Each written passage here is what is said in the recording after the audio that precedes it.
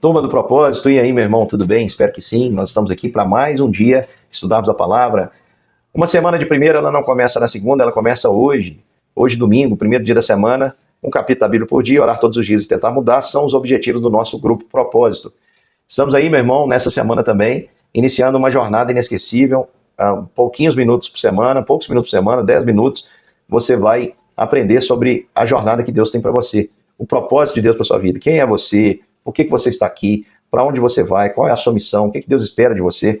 São questões que nós vamos responder ao longo da nossa jornada, por isso eu convido você para estar conosco.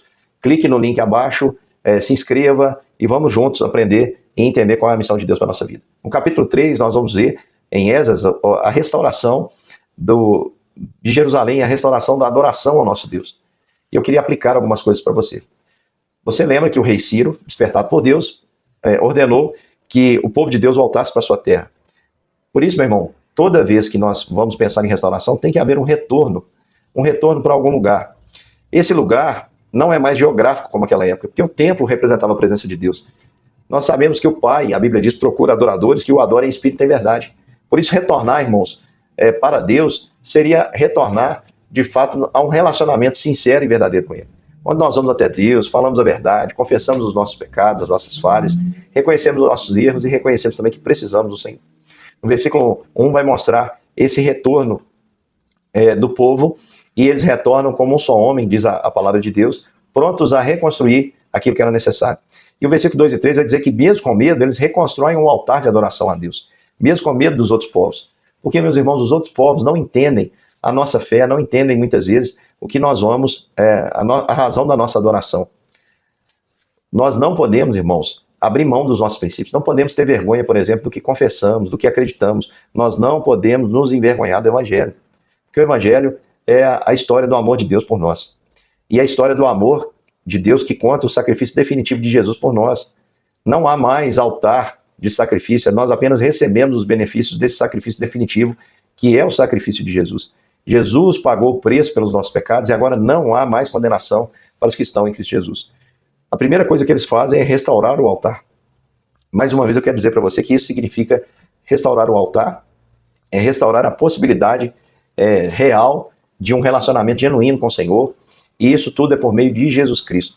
Por isso, meu irmão, se eu me arrependo, se eu me coloco diante do Senhor, peço perdão dos meus pecados e aceito a mediação de Jesus Cristo, o meu altar está restabelecido, a minha adoração vai ser recebida, não pelos meus méritos, não por aquilo que eu ofereço, mas por aquele que se ofereceu por mim, que é Jesus, o novo, vivo caminho, que nos conduz a Deus e permite que tudo seja aceito. Quando isso aconteceu, irmãos, quando houve o levantamento do altar, eles começaram a prestar sacrifícios e guardar a lei de Deus e celebrar, e é assim que nós devemos fazer, toda vez que nós lembramos de Jesus, a nossa boca tem que se encher de louvor, nosso espírito de entusiasmo, a nossa alma de alegria realmente. E eles celebraram, diz o texto, que eles celebraram a festa das cabanas. Você lembra a festa das cabanas? Para lembrar a peregrinação. Era uma festa que celebrava o tempo em que os judeus viveram em cabanas, os hebreus viveram em cabanas, o tempo enquanto eram nômades no deserto, o tabernáculo os acompanhava. Essa era a festa das cabanas e foi muito apropriada porque eles aqui estão voltando de cativeiro. Era uma festa para lembrar que um dia foram cativos, mas agora não eram mais. E eles celebraram de acordo com a lei do Senhor, eles estavam muito zelosos, e aquilo trouxe um ânimo, porque eles relembraram que um dia foram cativos, mas o Senhor os restaurou, o Senhor mudou a sorte deles, o Senhor deu uma terra, e agora que eles estavam ali naquela terra e celebraram a festa das cabanas, eles ousam, falam assim, essa terra aqui é nossa, vamos reconstruir o templo, não só o altar. E eles começam então a reconstruir o altar.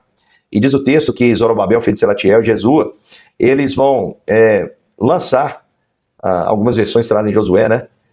E algumas trazem esse nome já mais em hebraico, Jesua, não sei qual é a sua versão aí, mas você pode depois analisar. Eles puseram a trabalhar todos os levitas de 20 anos para cima, para que superintendessem a obra da casa do Senhor, e o versículo 10 diz que eles começaram a lançar os fundamentos para reedificar. E aí eu digo para você, meu irmão, toda restauração é um retorno, toda restauração é uma reconciliação com o Senhor, é de fato um recomeço do relacionamento genuíno com o Senhor, aí já estou aplicando nos dias de hoje, e quero dizer para você isso, que toda restauração tem que ter um começo, tem que ter uma primeira pedra. Essa construção foi lançada a pedra, e quando lançaram a pedra, diz o texto que os sacerdotes já se encontravam vestidos como se já fossem começar a trabalhar ali no templo, vestidos com vestes, com trombetas, os levitas e filhos de Asaf, pronto para adorar o Senhor, como se estivesse pronto. Olha que maravilha, irmãos. Estavam prontos, ficou redundante, né? Prontos para adorar o Senhor, como se a obra já tivesse acabado, vamos dizer assim. Estavam ali apostos para adorar o Senhor e nem havia começado direito. Isso é fé, irmãos. Nós vamos crer que Deus fará concretizar. A construção daquela época era muito mais difícil do que a de hoje. Uma construção do templo, mas eles ousaram, lançaram os fundamentos e o Senhor vai fazer maravilhas. Quando isso acontece, diz o texto, que os mais velhos, que haviam sido levados cativos, haviam ido para a Babilônia e agora voltaram, aqueles que vinham o templo, vendo a fundação dessa casa, levantaram a voz com alegria. Um choro, mas um choro de alegria. E o povo que estava ali, o povo não podia discernir a voz de alegria ou de choro, diz o versículo de número 13. Porque uns cantavam, se alegravam, os outros choravam de alegria. E houve um grande barulho, uma grande celebração, um misto de sentimentos. É assim, meu irmão, que nós experimentamos a nossa vida e a nossa restauração em Deus. Ao mesmo tempo que a nossa culpa fica evidente, nós nos sentimos culpados, constrangidos, envergonhados, porque andamos longe do Senhor, porque erramos, porque pecamos. Ao mesmo tempo também nós somos tomados de uma alegria indizível, porque sabemos que o nosso pecado está perdoado pela obra de Deus em Cristo Jesus. É assim a nossa vida de restauração, meu irmão. Aplicando essa palavra à sua vida. Restauração começa com retorno. Hoje nós não voltamos mais para um local geográfico. Não é Jerusalém, tá? O nosso destino. Nós estamos mirando a Jerusalém celestial. Mas vem a hora e já chegou que os verdadeiros adoradores adorarão o Pai Espírito em verdade. São esses que o Pai procura para serem seus adoradores. Então é um relacionamento sincero com Deus, que começa no nosso íntimo e vai ser sincero na medida que ele corresponde aos nossos atos. Os nossos atos também devem ser na direção de buscar o Senhor, adorar o Senhor. E nós precisamos, irmãos, entender que a reconstrução do altar hoje é a dependência total do Senhor Jesus Cristo. Tudo que nós fazemos, nós oferecemos em nome dele. Em nome daquele sacrifício que já foi derramado no altar de Deus e que torna possível o nosso acesso. Então, por meio de Cristo eu canto, por meio de Cristo eu oro, por meio de Cristo eu vivo e por meio de Cristo eu farei aquilo que o Senhor deseja de mim.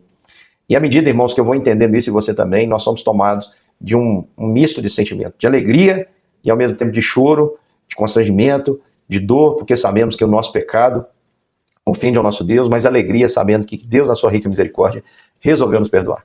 Um grande beijo, meu irmão. Amanhã estamos juntos para mais um capítulo das Escrituras. Fiquem com Deus até lá.